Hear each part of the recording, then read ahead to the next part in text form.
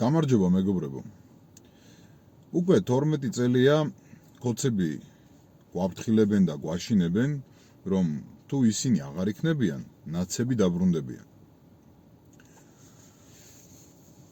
ბოლო დროს გადავწყვიტე, ასე თქვა, კარგად ჩამეხედა კოცების სიაში და აღმოაჩინე, რომ კოცების ძალიან დიდი უმრავლესობა ყოფილი ნაცია. მაშინ რა გამოდის, რომ ნაცები თურმე არასდროს არ წასულან. უბრალოდ მათ ახლა კოცები ქვიათ. ეს ნახევრად ხუმრობით. ამ თავისი რიტორიკით კოცები აღიარებენ იმას, რომ ნაცები ყოფილან ყოველ შემთხვევაში მათ მერე ყველაზე ძლიერი პოლიტიკური გუნდი. თან მათთვის ყველა სხვა დანარჩენი არაკოცი არის ნაცი.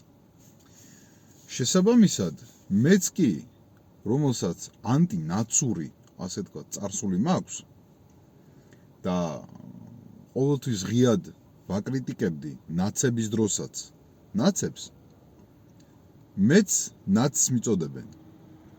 ჩემი თავი ჯანდაბას, მაგრამ ისეთ ხალხს უწოდებენ ნაცებს, რომლებიც მაშინ ფიზიკურად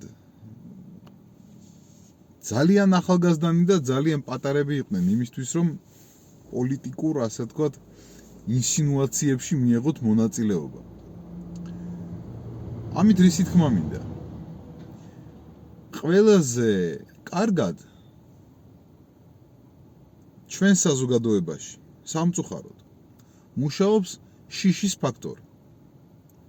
და შიშის ფაქტორი ყველაზე კარგად მუშაობს იქ, სადაც ნაკლებია თავისუფლება და განათლების დონე. ახლა ვიღაცა მეტყვის, რომ როგორ ვბედავ მე და ვეხები ქართველების განათლების დონეს. დიახ, მეგობრებო, ჩვენი განათლების დონე მაღალი რომ იყოს, ჩვენ ეს შიშები არ გვექნებოდა, რადგან გვეცოდინებოდა ერთი მარტივი ჭეშმარიტება.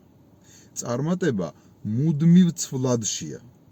ანუ მუდმივი ცვლილება განაპირობებს იმას, რომ არ ვიდგეთ ერთ ადგილზე. დააკვირდით, სულ არსებობს, ჩათვალეთ, ორი პარტია ამერიკაში, რომელიც მართავს ქვეყანას.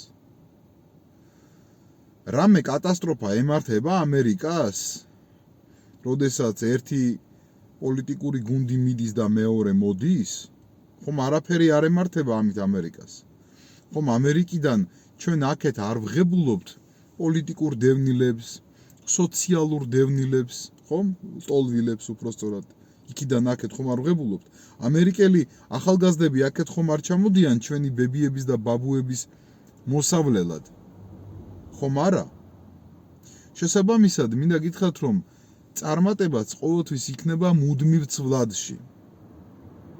არ გეუბნებით და არ მოგიწოდებთ იმისკენ, რომ გინდა თუ არა აირჩიოთ ნაცები. უბრალოდ კოცებისთვის ყველა სხვა დანარჩენი ნაცია. მეც კი ნაცი ვარ, ადამიანი, რომელსაც არასდროს არ მომწონდა ნაცები. ამიტომ იცოდეთ, რომ როდესაც გესმით ის, რომ აი თქვენ ნაცების დაბრუნება გინდათ, იცოდეთ, რომ თქვენ ელაპარაკებით შეშინებულ კოცს. და არაფერია იმაზე კარგი სანახავი, ვიდრე შეშინებული კოცი. დაიმახსოვრეთ, კოცი უდრის რუსეთს. ჩვენ უნდა აღმოვხრათ ყველაფერი რუსული, უნდა, ასე ვთქვათ, გავასუფთავოთ ჩვენი არეალი ყველა რუსული გავლენისგან.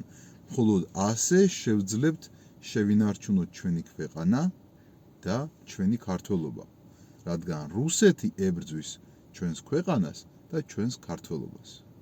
გისურვებთ წარმატებებს, კარგად ბრძანდებოდეთ.